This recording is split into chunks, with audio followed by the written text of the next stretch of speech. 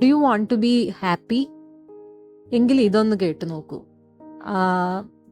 Happy ആയിട്ടിരിക്കണമെങ്കിൽ നമ്മളുടെ മനസ്സിൽ നമ്മൾ കോൺട്രിബ്യൂട്ട് ചെയ്യുന്നു, അല്ലെങ്കിൽ I am of use, I am contributing എന്നൊരു ഫീൽ ഉണ്ടായിരിക്കണം.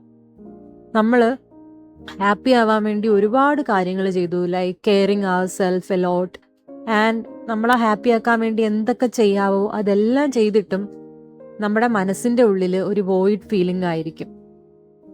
Four so many years we believed Freud's psychology. പക്ഷേ ഈ കറേജ് ടു ബി ഡിസ്ലൈക്ഡ് എന്ന് പറയുന്ന ബുക്ക് വായിച്ചതിന് ശേഷം എനിക്ക് മനസ്സിലായത്, നമ്മൾക്ക് കണ്ടന്റ് ആൻഡ് ഹാപ്പി ആയിട്ടിരിക്കണമെങ്കിൽ ഐ ആം ഓഫ് യൂസ് അല്ലെങ്കിൽ I am contributing to something or someone എന്നുള്ള ഫീല് ഉള്ളിൽ ഉണ്ടായിരുന്നാൽ മാത്രമേ നമുക്ക് കണ്ടന്റ് ആയിട്ടിരിക്കാൻ പറ്റൂ.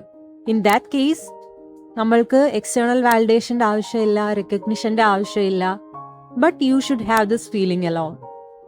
സോ ഈ ബുക്ക് വായിച്ചതിന് ശേഷമാണ് എനിക്ക് ലൈഫിനെ കുറിച്ചും ഹാപ്പിനെസ് അല്ലെങ്കിൽ കണ്ടന്റ് ആയിരിക്കുന്നതിനെ പറ്റിയും ഒരു ഡിഫറെൻറ്റ് പേഴ്സ്പെക്റ്റീവ് കിട്ടിയത്. So if you get A chance, read this book.